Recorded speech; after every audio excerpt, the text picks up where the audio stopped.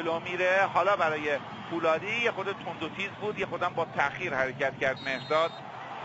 این برخورد هم شایسته نبود. جلال حسن هم نباید اون حرکت رو انجام میداد. ببینیم تصمیم ویلیامز چیست.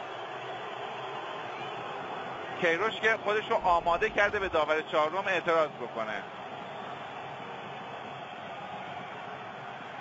یه کارت زرد رو به مهرداد فولادی میده و اخراج میشه. بله یادش افتاد که کارت زرد دوم فولادی. چه اتفاقی افتاد اونجا؟ داستان چرا اونجا پیچ خورد و چی شد که کارت زرد دوم رو داد؟ کارلوس کیروش که اونجا مات و مبهوت مونده.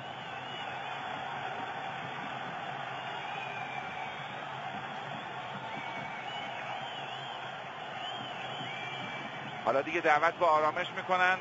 بچه ها باید ببینیم چه اتفاقی افتاد. فقط اینجا رو نشون میده که کارت زرد دوم رو به او داد بنجامین ویلیام.